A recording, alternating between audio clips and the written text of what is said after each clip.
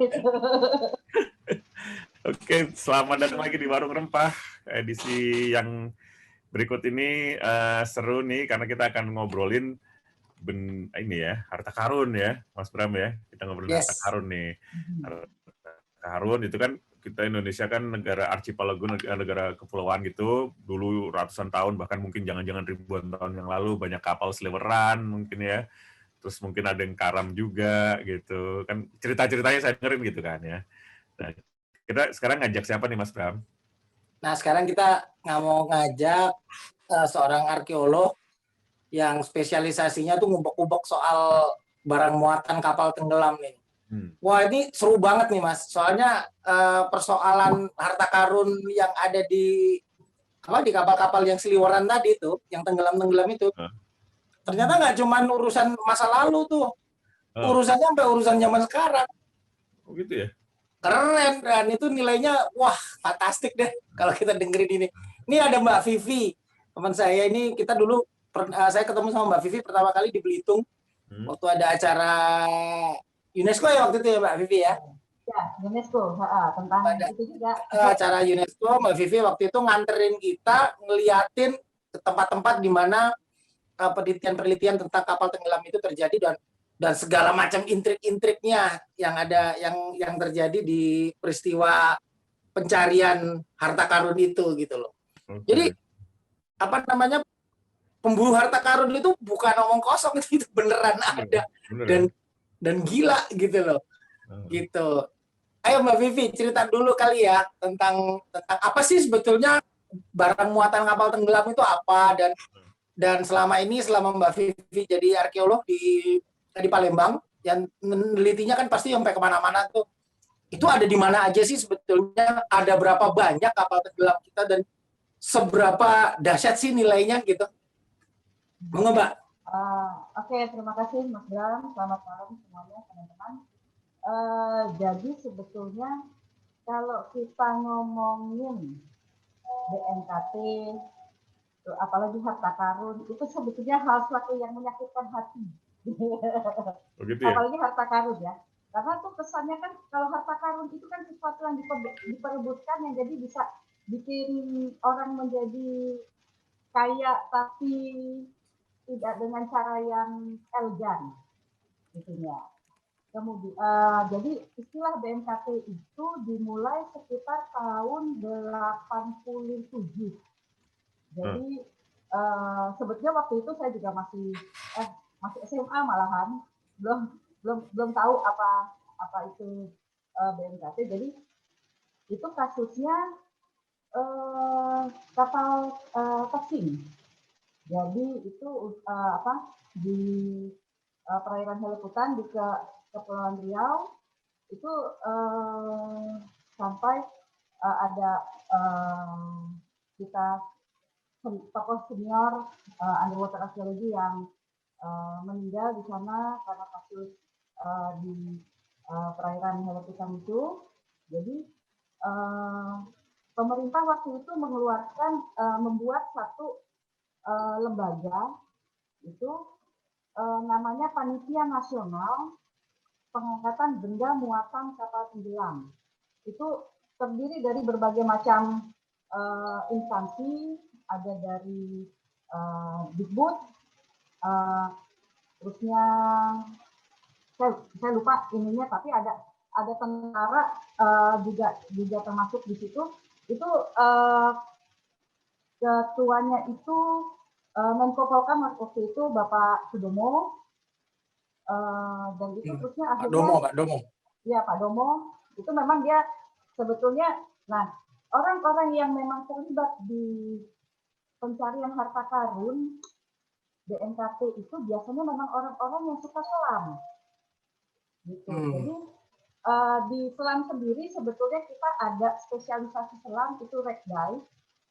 Jadi entah itu kapal baru atau kapal lama, kita tidak ada spesialisasi wreck dive. Itu memang kita kalau nyelam di bekas kapal lama itu memang punya sensasi sendiri. Kita bisa melihat gelembung-gelembung. Kalau kita agak beruntung, waktu itu saya pernah masuk ke bekas ruang captain itu, dan kita bisa bisa lepas regulator karena di situ ada udara dikit aja di situ gitu.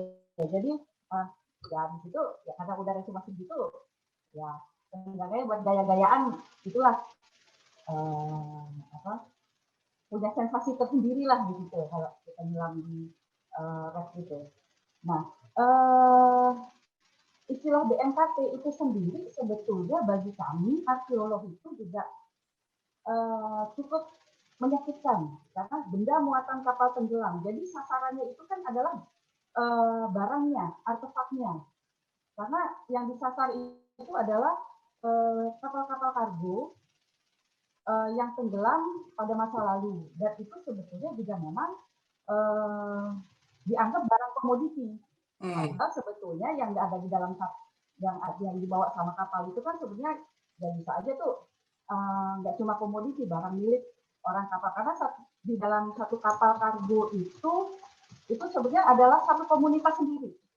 Jadi di situ juga selain kru kapal, mereka juga ada pedagang, terusnya ada penumpang yang memang mau migrasi dari pelabuhan satu ke daerah tujuan itu, dan mereka kan kadang-kadang juga bawa barang-barang pribadi gitu. Nah, rata-rata kalau orang-orang yang mencari BMKT itu, mereka kan konsentrasinya hanya ke barang komoditinya. Jadi kalau yang benda-benda lain itu dicuekin. Nah, ironisnya di kita itu mereka mengangkatnya itu tidak sesuai dengan kaidah arkeologi. Gitu. Jadi ngambil bongkar kapalnya itu ya dibobok aja pakai linggis. Gitu. Bongkar kapal dibobok pakai linggis, barang yang masih bagus mereka dipilah, barang yang masih bagus itu mereka angkat. Kalau misalnya di atas sudah keburu pecah, mereka langsung buang lagi. Gitu. Jadi saya tahun 2013 ke bekas situs Batu Hitam. Itu Tan Kargo. Jadi di situ memang melihat jadi bekas-bekas besi mereka ngambil itu ya dibuang sembarangan. Gitu. Tang Kargo itu berarti kapal dinasti Tang ya, Mbak Vivi ya? Ya, yang sekarang kita kalau mau melihat tuh di mana Singapura yang Asian Singapura Museum itu, di Singapura itu. Nah itu kalau dari versi mereka pengangkatannya legal, tapi kalau dari kita sih mas ya legal gitu ininya. Jadi ya seperti itu, makanya kan Tan Kargo itu sempat di ban sama Smithsonian karena mereka tadinya kan mau tur pameran ini, tapi nggak ini karena Smithsonian menolak karena itu dianggap mereka mendapatnya secara ilegal. Nah, itu kan tadi kan Mbak Vivi kan bilang kapalnya dibobok gitu ya, kapalnya dibobok aja gitu ya. Itu emang kapalnya bobok itu di mana sih? Di atas? Apa masih di bawah? Di bawah. Jadi beberapa itu mereka kalau di itu sebetulnya nggak di kita aja, di Vietnam juga seperti itu, mereka memanfaatkan tenaga kerja lokal. Jadi penyelam kompresor. Jadi kalau di kayak di Belitung, terusnya di daerah di Makassar juga ada, itu ternyata juga di Vietnam juga seperti itu. Mereka awalnya tuh nelayan yang mencari pasang bubunya mereka tuh kan nyelamnya nggak pakai peralatan selam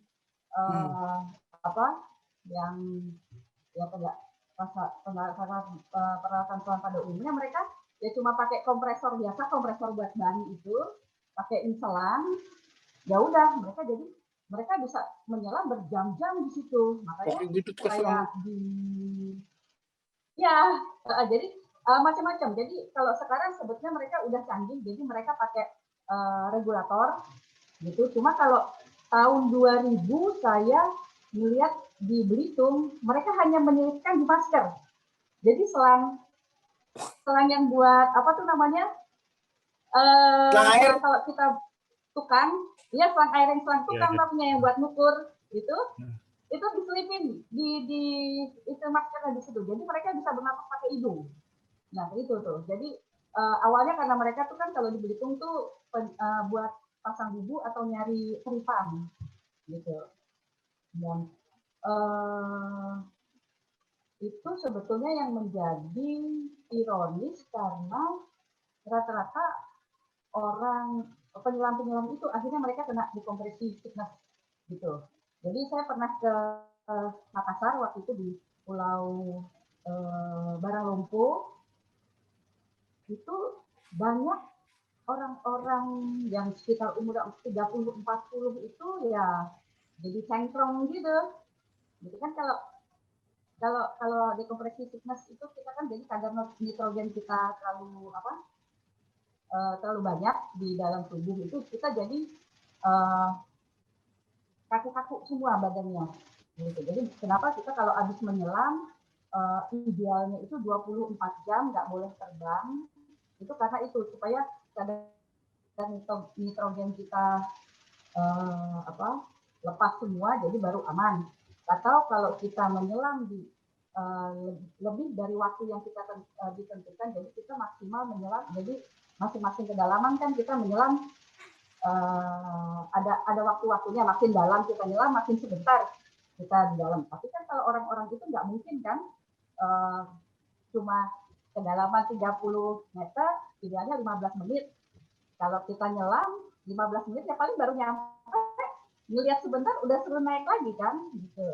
Jadi mereka bisa berjam-jam. Nah itulah yang kalau kita untuk penyelaman dalam itu kita harus di post stop. Nah ini barangnya yang ada di dalam muatan kapal itu apa sih sehingga diperebutkan sama orang-orang itu? Macam-macam. Jadi kalau barang-barang dari yang kargo yang sekitar awal abad 20 dari paling muda awal abad 20 sampai yang lebih tua lagi itu rata-rata barang-barang keramik gitu. Jadi waktu itu kan memang keramik jadi komoditi yang banyak diperjualbelikan di kita di Indonesia itu. Dia datang ada yang dari Cina, dari Arab, segala apa itu. Makin ke sini ya sebetulnya juga ya kapal-kapal perang juga jadi sasaran gitu. Kalau kapal perang itu lebih sadis lagi itu cuma dikiloin nantinya. Nanti salah satu customer-nya ya salah satu pabrik terbesar di Indonesia pabrik kalau ini ya kapal perang yang perang dunia gitu maksudnya ya Mbak ya, kapal perang modern gitu ya. Kapal perang modern. Dan sebetulnya kita kalau identifikasi kapal itu mudah. Kalau kapal besi itu pasti paling tua itu awal abad 20. Biasanya. Karena teknologi kapal besi itu kan dari mulai akhir abad 19. Tapi marak-maraknya datang ke Indonesia itu setelah terusan Suez dibuka itu kan jadi mempercepat waktu perjalanan dari Eropa ke Indonesia yang tadi terusnya waktu itu juga mulai ditemukannya kapal uap gitu, jadi terusnya dibukanya Tanjung Priok menjadi pelabuhan internasional. Nah itu kalau kapal-kapal besi itu biasanya kapal-kapal awal abad 20 ininya. Nah, kapal kayu itu memang agak lebih susah karena kronologinya itu rentang waktunya tuh panjang. Jadi kayak sampai saat ini yang tertua di kita kan Tangkargo itu abad 9 gitu. Abad 9 itu kapal Arab. Tapi penelitian terakhir bilang itu bukan kapal yang dari Arab, tapi kalau dari kayunya itu ya masih daerah Asia Tenggara juga, tapi bentuknya seperti Indo-Arab. Tapi itu juga masih di kalangan akademis ya, jadi belum bisa nggak masih kita sampai sekarang masih menganggapnya itu ya kapal Arab gitu, dan kapal Cina dan kapal VOC, kapal Eropa, jadi VOC, EIC juga Portugis juga gitu. Itu kayu yang model-modelnya ya tiap daerah biasanya punya cirinya sendiri gitu. Nah itu mereka bawa apa itu Mbak? Kargonya itu apa? Sebetulnya jadi kapal itu bukan straight, misalnya dari Cina biasanya dari sekarang tuh Shanghai. Kalau sekarang biasa, kalau dulu namanya apa ya saya lupa. Tapi sekarang tuh salah satu kota pelabuhan lamanya itu kan Shanghai itu. Dari Shanghai itu mereka sebenarnya nggak straight langsung ke Indonesia, tapi mereka sebenarnya melipir dari Shanghai terusnya lewat dari Cina ke Vietnam, Thailand, Malaysia terusnya ke bawah lagi Sumatera juga nyusur gitu. Nah itu sih sebetulnya macam-macam yang dibawa. Jadi itu kalau kita istilahnya tuh kalau kapal-kapal itu tuh ya kayak ini supermarket berjalan lah. Dia bawa misalnya ada yang pesanan khusus seperti kayak keramik kan juga di Indonesia juga, tapi mereka jadi ada barang-barang yang tempat persinggahannya juga mereka jual di situ. Terusnya di tempat itu juga mereka membeli barang-barang yang diproduksi di sana. Jadi makanya kayak Tangkargo itu kan produknya kebanyakan keramik Cina, tapi kapalnya kapal Arab. Nah kayak gitu. Jadi yang belum tentu barang-barang Cina, tapi dibawanya sama kapal Cina belum tentu kayak gitu. Dan kayak beberapa kapal-kapal VOC juga seperti itu. Tapi tadi pengen nanya deh Mbak, kalau misalnya bagaimana? Mau nanya, kalau tadi kan Mbak Wiwi bilang ada ini ya, ada yang ilegal, ada yang legal. Itu batasannya apa sih Mbak? Kalau misalnya yang legal tuh kayak apa, yang ilegal kayak apa? Kadang-kadang kan mungkin siapa tahu ada yang gua nggak tahu juga ya, nelayan tadi gitu ya, nyelam tiba-tiba nemu ada sisa kapal karam, diangkat sama dia diserahin ke pemerintah misalnya gitu ya. Tapi kan dia nggak sengaja nemu nih. Jadi gimana tuh Mbak batasan legal dan ilegal?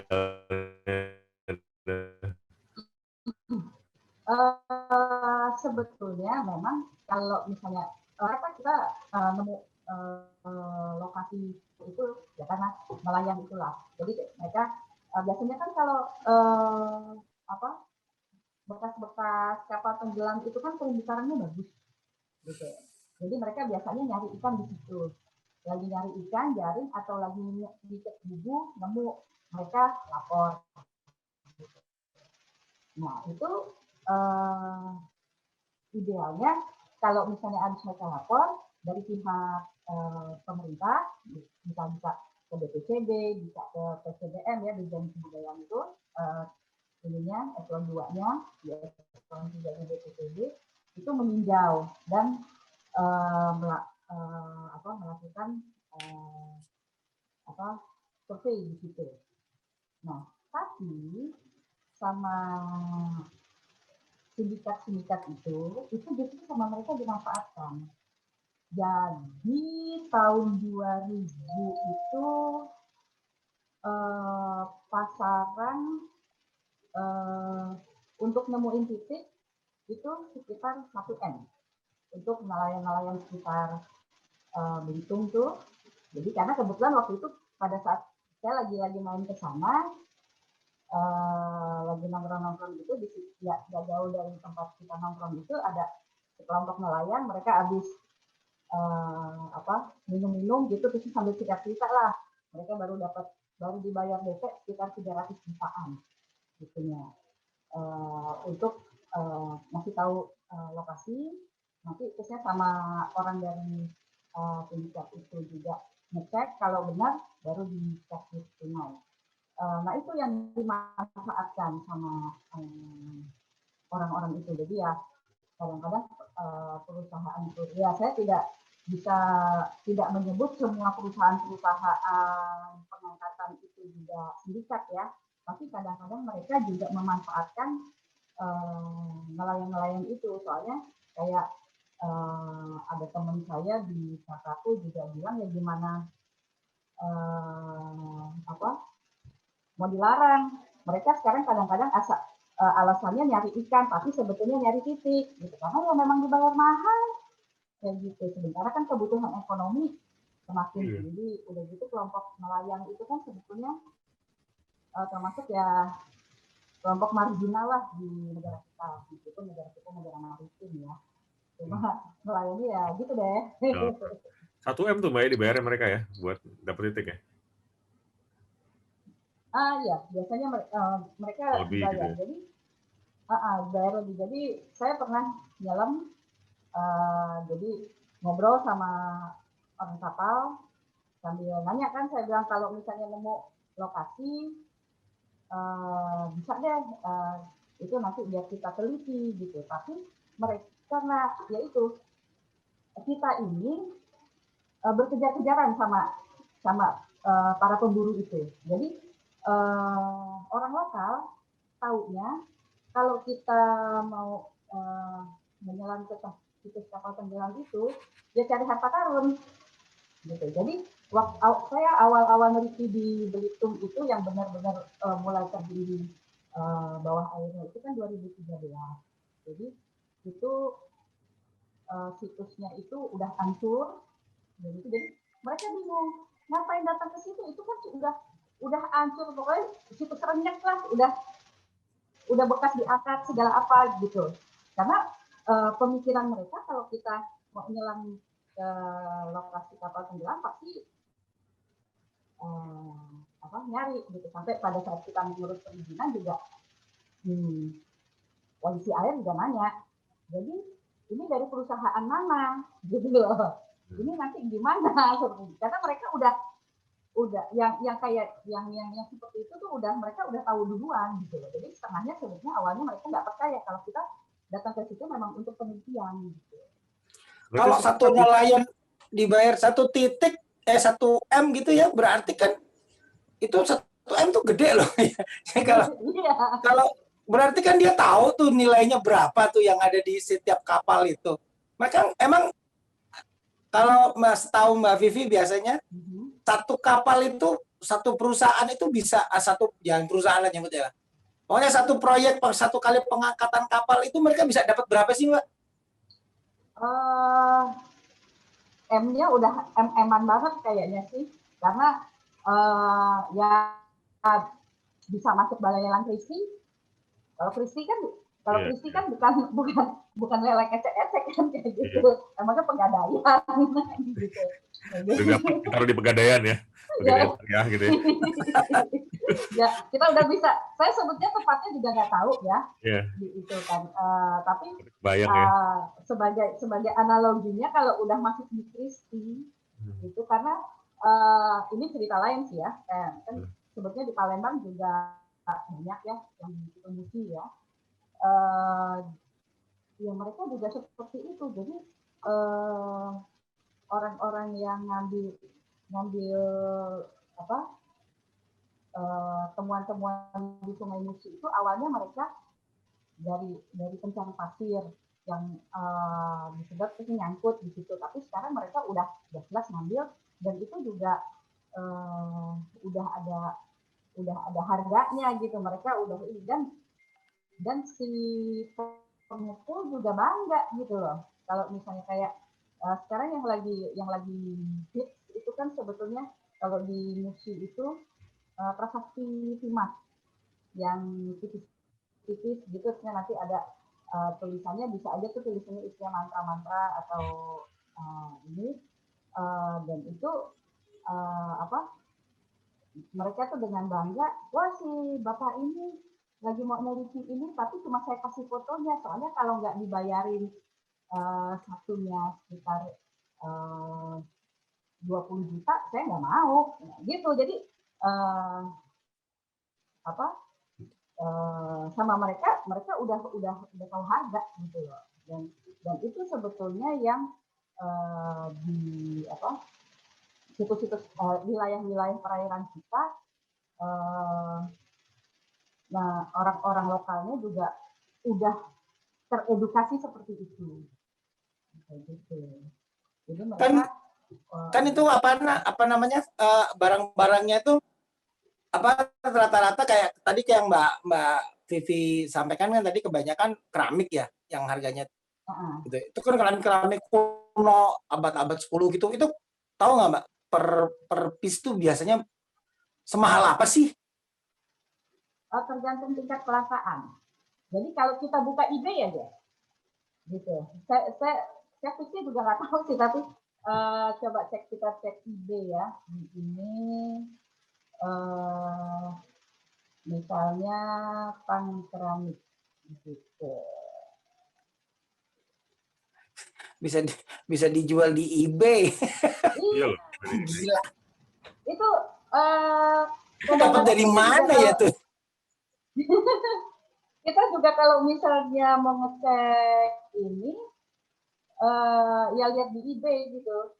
Jadi kalau ini figurin, short figurin. Kalau short figurin pan itu sekitar 1 juta, multicolor.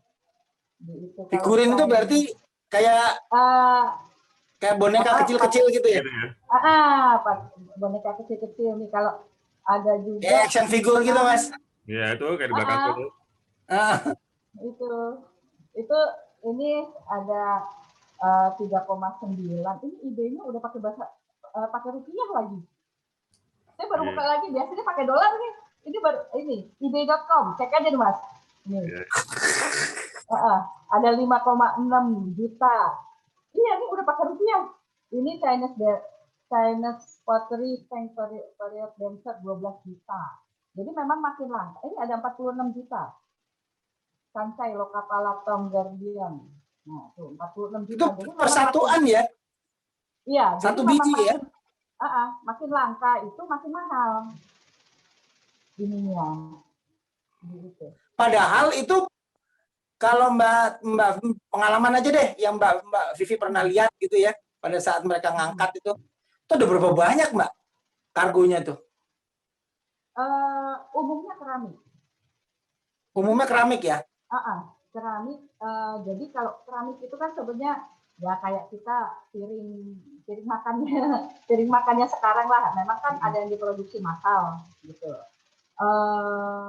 Ada juga sih sebetulnya yang pesanan khusus gitu. Jadi kayak yang di tang kargo yang ada huruf Arabnya itu sebetulnya kayak pesanan khusus juga gitu loh. Jadi ada beberapa memang kalau yang jumlahnya sedikit itu memang ada beberapa yang langka itu tuh emang pesanan khusus gitu. Jadi kayak yang istilahnya kayak kita fine wear itu barang-barang yang diproduksi sedikit. Ya. Tapi ada nggak yang model kayak perhiasan atau koin emas atau apalah mungkin mutiara ya, ada juga ya? Ada juga. Jadi kalau yang di tang kargo itu juga ada batu-batuan. Gitu. Cirebon juga ada batu-batuan itu. Jadi biasanya kalau abad-abad segitu kan biasanya batu-batuan itu buat ini ya tasbih gitu. Betul Mbak? Jadi mereka tasbih. Gitu. Jadi biasanya ada juga di ini ya di salah satu kargonya tuh itu juga. Gitu. Wah. Sorry ini aku nggak fokus nih, aku pada masuk kamar semua nih. Tadi udah pada biar ngerti, biar tahu sejarah Mas. Oh ya, sekalian ini dong di campaign aku juga ngobrol sama temenku juga yang wartawan gitu, ngomongnya jangan harta karun, jangan BNKT. Jadi sebetulnya UNESCO sendiri kan istilahnya itu underwater cultural heritage. Oh, bagus sih istilahnya kan, itu. Warisan budaya bawah air, tapi kan kalau budaya bawah air nanti kebudayaan yang ada di bawah air, budaya ikan, bingung kan gitu. Jadi lebih ininya ya warisan budaya maritim, karena perdagangan antar jarak jauh itu kan sudah bagian dari budaya maritim juga kan gitu. Jadi aku ada beberapa teman-teman wartawan memang macam-macam sih ininya tanggapannya. Jadi aku pernah ditanya masalah ini juga, harta karun, aku udah bilang jangan ngomong harta karun. Ya, habis gimana Mbak? Ini kan masyarakat umum taunya harta karun. Ya kamu wartawan mengedukasi dong masyarakat, jangan ngomongnya kayak gitu. Apa BNKT? Ya apalagi BNKT dan BNKT. Habis itu udah saya nggak dihubungin lagi sama dia. Gitu kan. Apa tadi Mbak penyebutannya yang bagus tadi apa Mbak? Apa budaya maritim peninggalan warisan budaya maritim. Warisan budaya maritim. Setuju sih saya Mbak, itu bahasanya bagus banget soalnya. Lebih elegan dan lebih respectful gitu loh soal buat saya kalau gitu ya. Gitu. Karena kan kalau UNESCO sendiri kan mereka nyebutnya underwater cultural heritage. Gitu. Nah, itu kalau dari data yang ada sekarang ini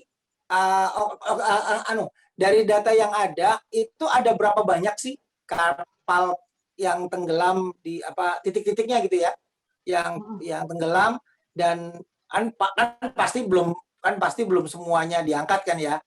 Ada berapa yang belum diangkat atau yang udah diangkat ada berapa gitu Mbak?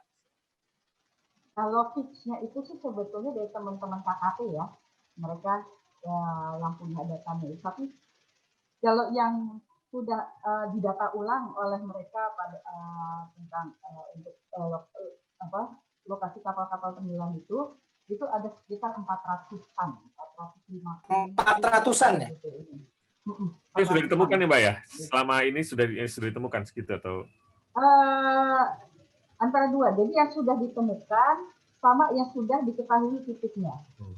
Gitu. Jadi dari Bariskel KKP sendiri, Badan Riset Kelautan KKP sendiri, mereka udah berapa tahun terakhir ini kerjaannya mendata, gitu. Jadi kalau dari catatan VOC kan lokasi kapal-kapal tenggelam itu mereka cuma menyebutnya di das register itu tenggelam dalam pelayaran antara Malaka, Batavia, cuma gitu aja. Nah itu kan yang kita harus telusuri ya.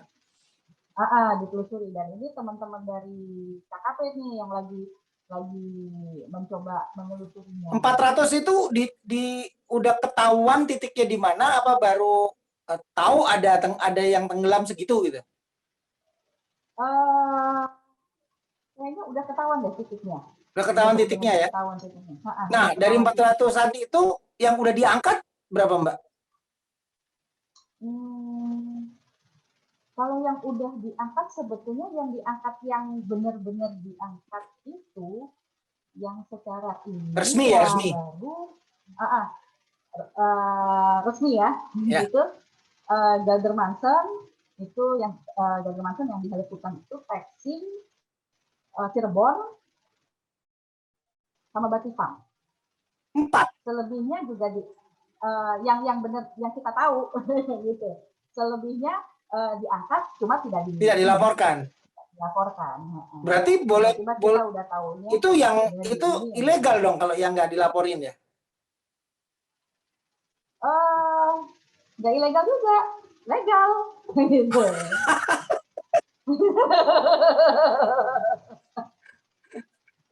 Iya, gitu jadinya. Nah, masa itu dari ini Mbak? Sorry, itu dari dulu. Karang juga banyak kok, udah nggak ini yang diangkat gitu. Itu dari berapa puluh tahun yang lalu segitu Mbak, 400 itu? Emang yang ditemukan 400 Mbak? Iya. Apa gitu. Aku pikir tadi ribuan loh. ribuan kalau yaitu kalau ribuan kalau data-data dari yang kapal-kapal VOC dengan catatan Cina mereka kan mereka menyebutnya tenggelam antar pelayaran antara Malaka Batavia, misalnya dari perjalanan Batavia Makassar kayak gitu-gitu. Jadi titiknya lokasi tepatnya itu kita nggak tahu gitu kalau ini. Karena memang wilayah kita itu secara geografis sendiri memungkinkan untuk menjadi kuburannya kapal tenggelam. Ya, ya. Gitu. Jadi kan kita banyak pelayarannya itu kan bukan pelayaran langsung yang di laut dalam yang itu kan, tapi dia menyusuri pantai-pantai kan. Nah, disitulah mereka terjebaknya.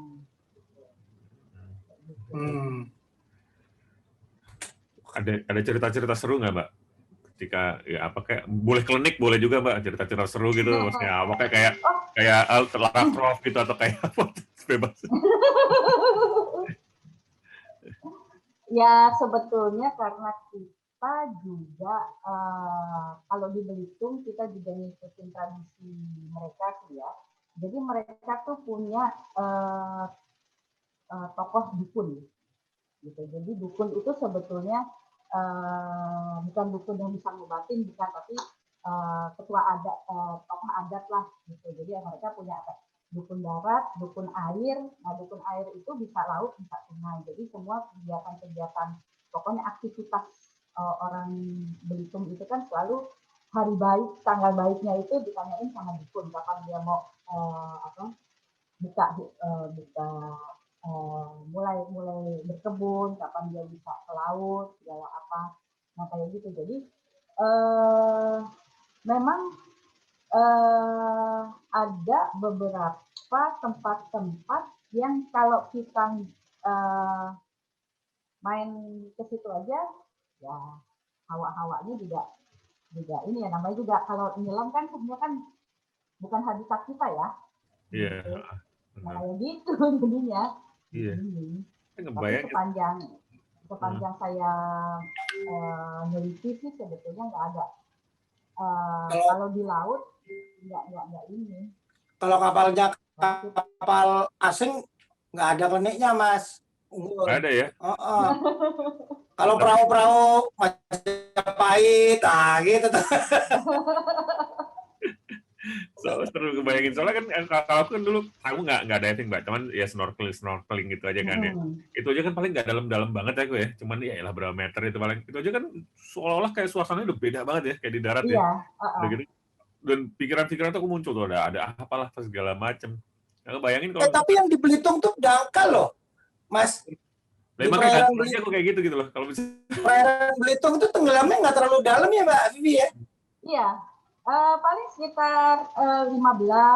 Gitu. 15 meter buat aku udah dalam, Mas. Tadi aku itu paling 2 meteran doang, paling 3 meter gitu loh. Itu aja udah suasananya. Kalau snorkelingan sih memang segitu ya. Tapi kalau sekitar 15-20 itu untuk penyelam itu sebetulnya untuk kedalaman relatif penyelaman yang aman ya. Aman ya. Gitu. Jadi kalau 20 meter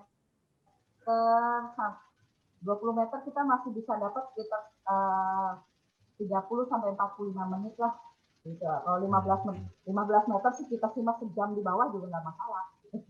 Tapi tetap 10 meter kita sejam di bawah juga nggak masalah gitu. Tapi tetap sih jangan mentang-mentang ya itu karena habitatnya lain kan. Kita juga harus prosedur penyelaman juga harus diikutin. Yang paling tua apa sih, Mbak? Kargo yang paling tua? Yang paling kargo paling tua itu tang kargo itu. Tang ya? Tadi ya. Iya. Nah kalau ini, Mbak, kalau tang kargo. Jadi kalau agak ngelek. Kalau hasil temuan yang paling seru, yang paling gawat lah, intinya tuh apa, Mbak? Apa tuh, Mbak, kira-kira yang pernah Mbak Vivi tahu yang paling keren banget deh atau apa gitu? Keren banget itu sebetulnya Cirebon.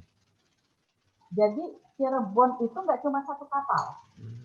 Jadi tapi memang kedalamannya 60 meter ya. Itu juga Berapa udah meter? buku gitu. Jadi 60. 60 meter. 60. Nah, 60, iya 60 meter. Gitu. Jadi itu jadi kita kayak ngelihat, saya memang belum pernah nyelam di sana, cuma teman-teman yang udah ke sana itu melihat tuh jadi udah kayak gunung gitu, udah kayak gunung bukit, isinya keramik segala apa, dan temuannya juga macam-macam sih. Temuannya itu kan ada yang pisau Arab itu tuh, kayak gitu. Terusnya ada cetakan yang ada tulisannya la ilaha illallah itu, kayak gitu. Untuk saya kalau yang itu ya itu Cirebon. Cirebon ya. Karena dan itu juga diperkirakan juga kapal kayu lokal gitu loh ininya. Kalau tapi masing-masing situs juga punya keistimewaannya masing-masing sih. Saya juga jadi nggak bisa ini kayak Pexing juga. Pexing itu sebetulnya itu kapal besar. Jadi kalau di itu dibilang Titanic-nya pada masa itu. Gitu. Jadi tenggelamnya juga karena badai kan, terusnya karam gitu. Jadi itu juga hampir ceritanya juga hampir kayak orang-orang kayak penumpang Titanic. Jadi mereka yang mau mencoba kehidupan baru di Amerika, naik Titanic, bisa tenggelam. Nah, Pexing juga ceritanya kayak gitu. Jadi abad-abad gitu kan, migrasi orang-orang Cina ke Indonesia itu kan banyak, karena mulai dibukanya perkebunan, terusnya dibuka awalnya itu pertambangan. Jadi ke Kalimantan mereka untuk tambang emas, ke Bangka Belitung mereka untuk timah. Kalau ke Sumatera itu mereka untuk perkebunan, kayak gitu. Jadi orang-orang itu banyak datang ke kita yang mencoba kehidupan baru, tapi ternyata di tengah perjalanan tenggelam kapalnya. Nah, itu cerita-cerita seperti itulah sebetulnya yang masing-masing situs tuh punya ininya sendiri gitu. Cirebon 60 meter tuh di laut Jawa itu ya, Mbak? Iya, laut Jawa. Dalam ya? Aku pikir laut Jawa itu cuma 44, 235, 40 gitu, kok sampai 60 ya? Laut Jawa yang apa? Yang ngarah ke bagian apa ya? Laut Jawa tuh utara ya, utara Kak. Utara. Yang lebih ke utara lagi ya, lebih ke utara lagi itu emang itu dalam ini ya. Itu kalau di daerah yang Natuna gitu ada kapal tenggelam juga nggak di sana? Banyak. Banyak. Banget. Gitu, kapal tua itu juga itu. apa kapal tua juga, kayu juga, Mbak? Apa besi? Iya. Ya itu variasinya banyak. Jadi ada yang kapal besi, ada yang kapal kayu. Yang itu juga banyak juga di Natuna. Natuna tuh lebih banyak lagi karena dari arah laut Cina Selatan itu kan mereka itu kalau mau ke belok kanan ke arah India, Selat Malaka itu kan perlintasannya di situ. Tapi kalau belok kiri ya ke Karimata, terusnya Selat Gelasa sama Selat Bangka itu ke Indonesia bagian timur gitu. Tapi kalau mau ke arah India segala apa ya perlintasannya di Natuna itu. Itu yang problem saya dengar itu tuh, Mas Unggul. Aku dengar tuh apa yang problem tuh ya ini, yang justru pengangkatan kapal-kapal yang modern ini, yang kapal-kapal perang itu. Iya. Soalnya itu kan banyak banyak pasti banyak file atau arsip-arsip perang itu kan pasti yang terkait Mas Bram bilang, atau aku juga mau nanya tuh. Itu soal kepemilikan gimana, Pak ya? Kalau misalnya yang karam kapal Cina, terus yang itu haknya kita tetap atau haknya ya kita ya? Kalau kapal perang itu memang ada aturannya sendiri. Jadi kalau kapal perang itu masih milik negara ininya. Negara negara yang punya, negara asalnya. Gitu, makanya. Flagnya ya? Itu flagnya. Gitu. Kalau yang kapal perang itu, yang lebih tua lagi itu sebetulnya kalau saya lupa peraturan konvensi UNESCO itu milik, tapi nanti terusnya dibagi gitu loh ininya. Saya agak lupa ininya kalau untuk kapal-kapal yang lebih tua. Tapi kalau untuk kapal perang itu sebetulnya masih milik si negara ininya, negara asalnya. Karena itu kan kaitannya dengan sejarah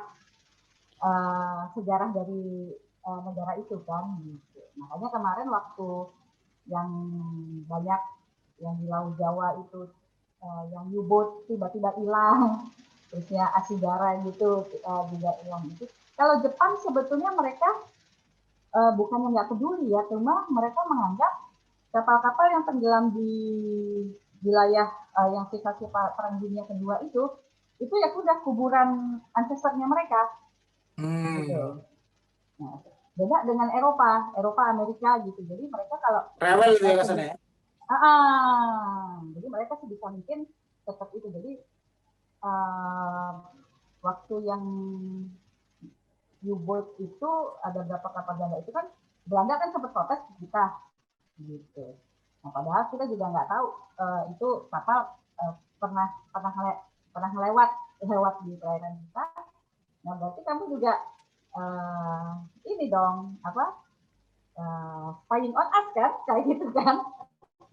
Dia tahu ada kapalnya di perairan kita, berarti kan dia juga ini gitu loh. Gimana caranya mereka tahu di situ kan lokasinya, jadi mereka nyari udah dulu ngendep dulu kayak gitu. Kemarin juga sebetulnya lagi heboh-hebohnya kalau untuk kapal-kapal besi itu memang itunya kan lokasi kapalnya tetap di jalur perlintasan pelayaran yang sampai sekarang juga masih dipakai. Jadi itu dianggap mengganggu pelayaran. Jadi kalau ada peraturan perhubungan laut, jadi sebenarnya kita banyak peraturan-peraturan yang agak berseberangan, bertolak belakang jadinya. Gitu. Tambah sekarang kan Undang-Undang Cipta Karya yang lagi heboh-hebohnya kemarin gitu, tapi dianggap jadi pengangkatan itu salah satu ladang untuk investasi kayak gitu-gitu. Jadi ya harusnya sih kita memang harus agak lebih hati-hati sama peraturan itu. Ya, Abang mau nanya nih, Mas Bram. Oh, boleh dong. Udah suara tadi udah cek suara gitu. Iya, terus. Selamat malam. Mudah-mudahan tidak nge-lag. Enggak. 2 hari yang lalu nih ada truk jatuh di kampung saya. Muatannya beras sama Indomie kalau nggak salah. Itu banyak yang mungut-mungutin. Saya jadi kepikiran, ya mungkin kondisinya kayak gitu kali ya. Sekarang ini gitu. Hanya bedanya itu tenggelamnya kapan, terus dipungutinnya kapan gitu. Kalau truk beras pasti sekarang terguling, pasti sekarang dipungutin sama masyarakat sekitar situ. Yang oh ya, Bang ya, masyarakat itu termasuk lo ya. Mungkin gue sedikit lah karena nggak persiapan bawa kantong kresek sih. Nyangkutnya. Iya. Ada satu yang masih nggak kepikiran sih gitu ya. Ini kan kalau nggak dibilang eksploitasi mungkin eksplorasi lah. Kita mengeksplorasi sesuatu atas musibah pada saat itu kan. Kita menemukan harta karun entah itu apa keramik atau sejenisnya. Sangat mungkin juga kita nemuin beberapa tengkorak, nakoda, mualim dan segala macam kan. Ini berarti benar-benar sebuah keuntungan dari sebuah musibah masa lalu berarti Mbak ya. Persoalannya yang tadi yang apa yang dibilang milik siapa mungkin Mas Bram benderanya udah lapuk jadi kapalnya sudah tidak berbendera kayaknya. Tapi itu yang tetap bikin saya menarik itu orang bisa kayak mendadak atas musibah masa lalu ya. Yang bisa jadi mungkin kayak macam pengiriman gitu ya Mbak ya. Mungkin nggak sih mereka tuh punya dokumennya bahwa ini milik saya loh, dulu sempat tenggelam, terus itu bisa ngeklaim nggak sih kalau seandainya mereka punya dokumen itu atau negara mungkin yang lebih punya ya, yang sangat mungkin gitu, dari negara anu dikirim ke negara anu, nah, dan tidak pernah sampai, setelah ditemukan baru dicari file-filenya terus datanya ada, itu bisa diklaim nggak sih? Itu kalau nggak ada di konvensi UNESCO kalau nggak salah ada ininya sih. Jadi Cina itu makanya kayak Kepulauan Spratly, khususnya Natuna itu kan pernah mencoba mau dianggap sebagai wilayahnya dia, gitu. Itu salah satu buktinya yaitu tinggalan-tinggalan yang dari kapal tenggelam itu banyaknya salah satu tinggalan-tinggalan yang dari Cina yang ditemukan di sana. Jadi salah satu data dukungnya gitu ya, seperti itu. Tapi kan ya banyak yang komplain kan masalah itu sampai ada beberapa wilayah di Vietnam juga dijaga sampai sekarang juga. Natuna kan juga kayak gitu masih suka kapal-kapal tentara Cina yang melipir-melipir dikit kan kayak gitulah gitu. Jadi ya kayak dua sisi mata uang gitu jadinya. Tapi Mbak ngomong-ngomong ya, kalau dari misal anggaplah kita dengan istilahnya tadi pencari harta karun gitu ya, istilah yang paling harshnya gitu ya, itu pemainnya banyak ya Mbak ya, kalau di Indonesia sendiri?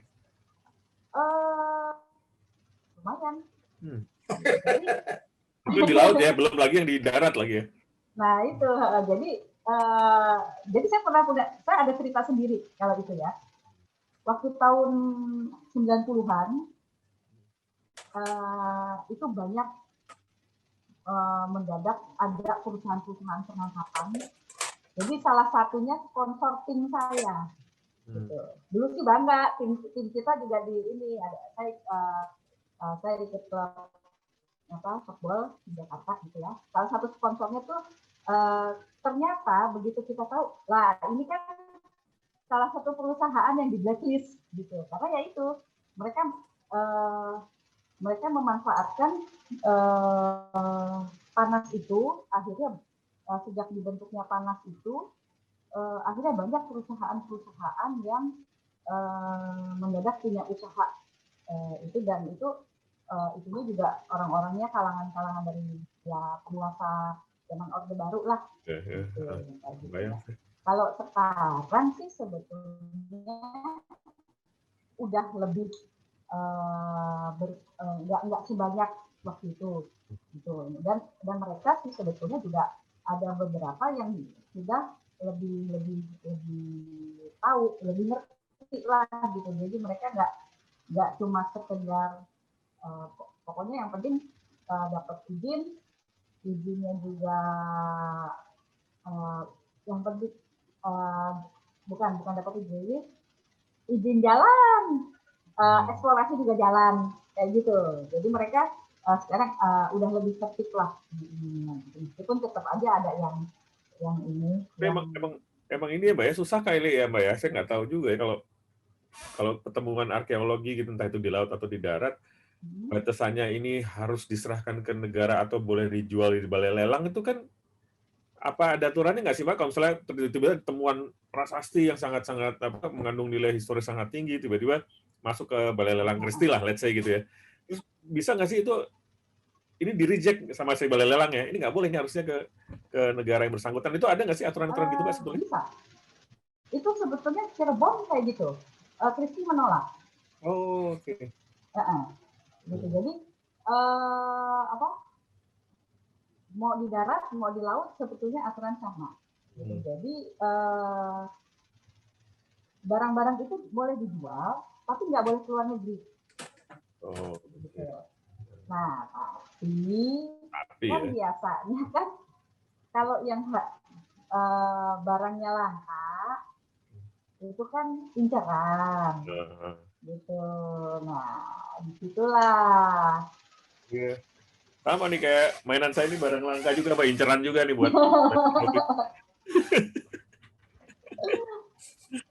Iya, nanti suatu saat kan action figure gitu. Iya. Nanti dicari di ininya. Kayak gitu. Iya. Jadi biasanya ada aturan kayak gitu tuh, kalau misalnya jumlahnya, kalau apa sih? Kalau kreditnya itu massal yang dibawa, itu boleh dijual ya?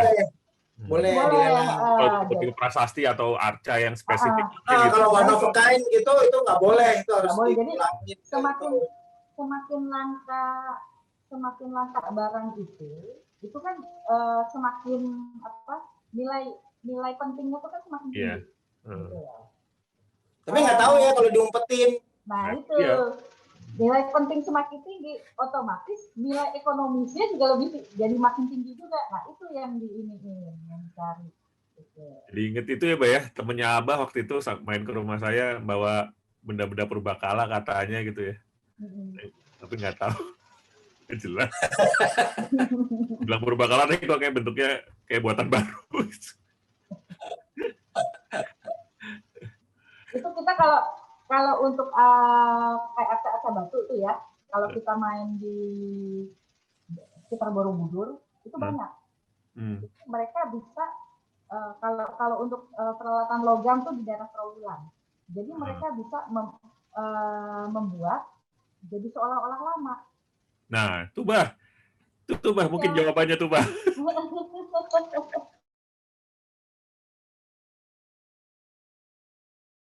Jadi prosesnya memang jadi sama mereka dipendam dulu di tanah, nanti kalau logam kan jadi keluar patinasinya itu kan, kayak gitu.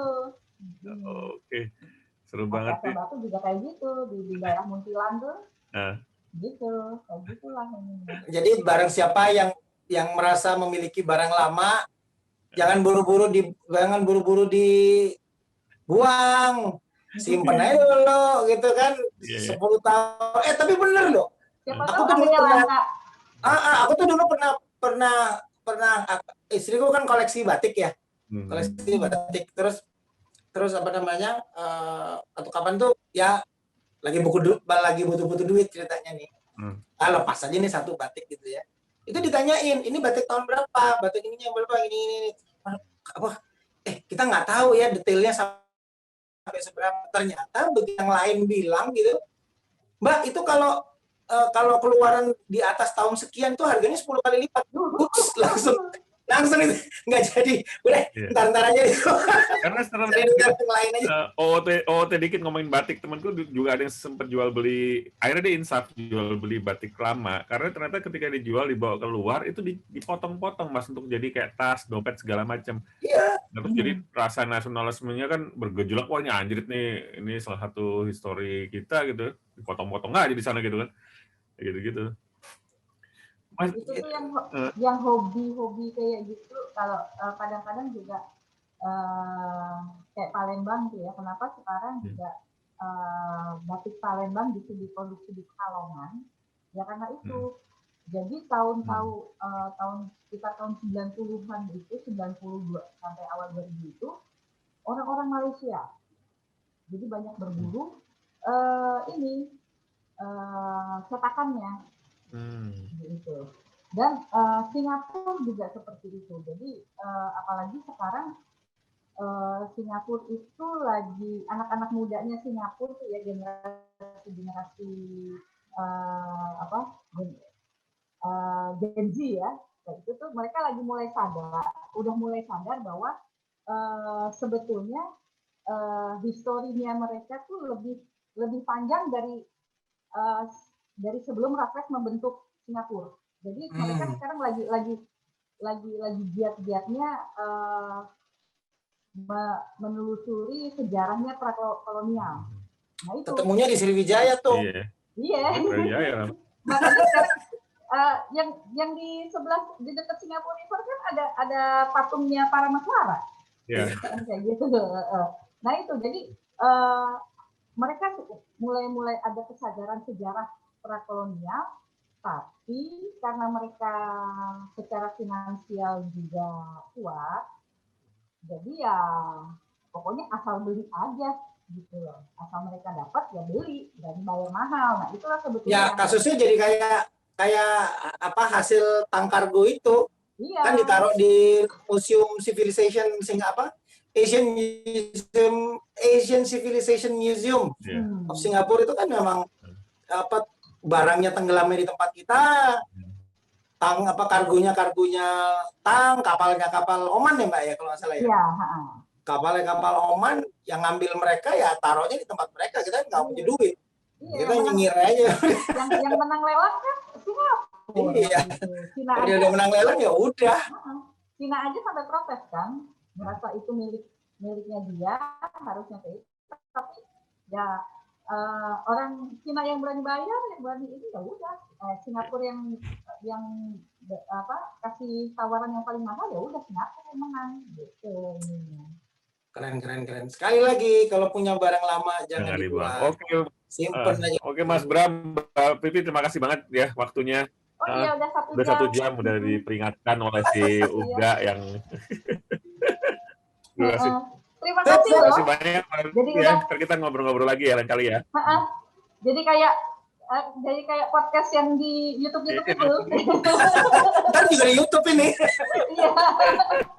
Terima kasih Mbak Pipi ya. Thank you. Oke, makasih sama-sama. Yuk. Salam. Yuk, salam semua.